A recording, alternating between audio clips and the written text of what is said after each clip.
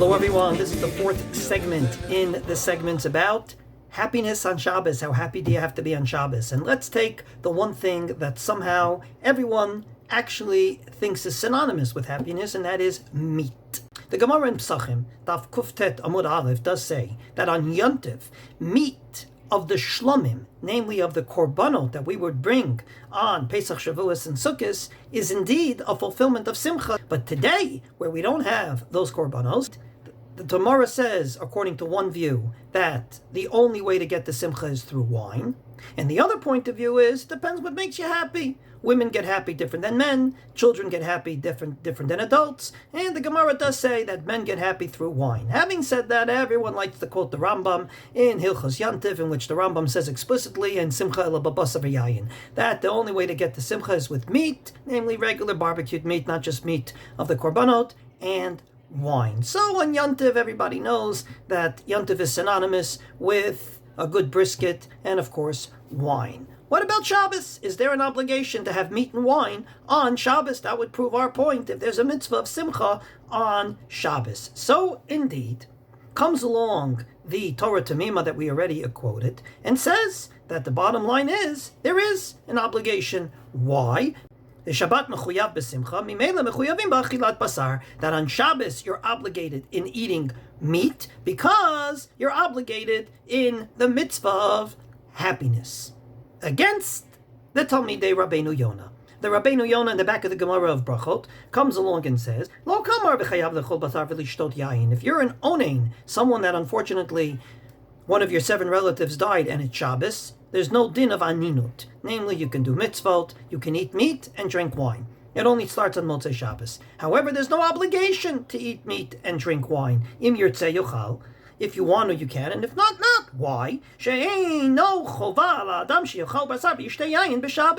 is no obligation to eat meat and drink wine on Shabbos. So from this perspective, one of the many ramifications of the question of, is there a mitzvah of Simcha on Shabbos, would be, do you have to drink wine at the very least, and perhaps have meat, or not? The Torah Tamima says yes, because there's a mitzvah of Simcha, and Rabbeinu Yonah says, no, there is no mitzvah of Simcha. Chapa nafkamina from this, for something that's going to come up in a few weeks, unfortunately, and hopefully will change, and that is the Su'udah Mafseket before Tisha B'Av that falls out on Shabbos like this year. If things don't change and Tisha B'Av will be a fast day, then Shalosh Shudas will basically be the Su'udah Mafseket. Do you have to eat meat and drink wine at that meal or not? Comes along the Torah and says, well, you should, because if the only reason you're not going to eat meat and drink wine is because it's Erev Tisha B'Av, then it's a fulfillment of having mourning on Shabbos, and therefore it's inappropriate, and therefore your dafka should have meat and drink wine at that final meal. This is in contradistinction, says the Torah, to the Rav Sar Shalom. The Rav Sar Shalom, says the Torah, said that the bottom line is you can eat meat and drink wine on Shabbos at that Su'udah Mafseket before Tisha B'Av. Aval anu einanu regilim kach v'afilu b'Shabbat. On a regular Shabbos we don't eat meat and drink wine. So why do we dafka have to do it on Erev Tisha B'Av? And therefore he says we don't do it at the Su'udah Mafseket mishum chumra labayit, just like we don't do it every Shabbos. Oh, inappropriate to dafka do it on that Erev Tisha B'Av that falls out on Shabbos. And he says the Avi HaEzri, which is the Ravya, agrees. So we could see that indeed this question of Simcha has a ramification on our menu. Do you indeed need to have meat and drink wine on Shabbos or not? This also has ramifications on our menu in terms of bread. Everyone agrees you have to have bread at the first 2 meals of Shabbos. Lechem Mishneh, Shalosh Shudas is a little different. Some say yes, some say no, but the bottom line is you have to have bread. The question is why. Comes along Rabbi Akiva Iger, one of the most famous tshuvas he ever wrote. It's the first one in the book. And he comes to the conclusion that eating bread is a fulfillment not of Simcha, not of happiness, but of Kavod Shabbos. namely, Kvod Shabbat, Likvua Suda Lalechem, Bakibut Va'oneg, Ima Simcha, Trei Mileninu. Don't mix this up with Simcha. Simcha is done in other ways. Bread is a fulfillment of Kavod and Oneg. Point positive, he says, on Chol HaMoed, we're obligated in Simcha. We're not obligated in Kavod Va'oneg, and therefore on Chol HaMoed, you don't have to have meals with bread. Unlike the Rosh comes along and says that, and I quote, Le'echol pat b'yom tov mishum simcha.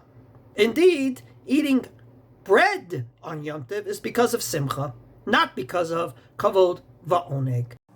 The nafkamina between Rabbi Akiva Eiger and the Rosh is going to be Chol HaMoed. The Beit Yosef indeed says that, according to the majority of the points of view, there's no obligation to eat bread on Chol HaMoed, because Chol HaMoed is indeed not a time of Kavod Ve'oneg, but rather only Simcha. And since Simcha does not obligate you, in accordance with Rabbi Akiva Eiger, to eat bread, you don't have to eat bread on Chol HaMoed. However, he brings the Tashbeit Katan that actually says that no, you have to eat bread on Chol HaMoed, at least in the morning and in the evening.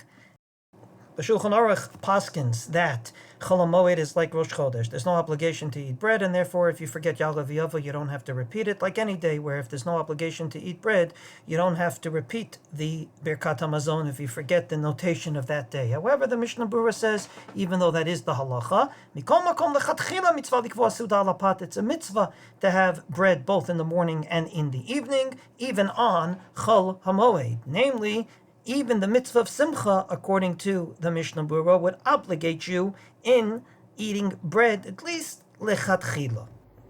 So as you can see, everyone agrees you have to eat bread on Shabbos, but on Yom Tov, there's an nafkamina between the Rabbi Akiva Eiger and the Rosh. According to Rabbi Akiva Eiger, there's no obligation to eat bread on Yom Tov. According to the Rosh, there is, because of the Mitzvah of Simcha.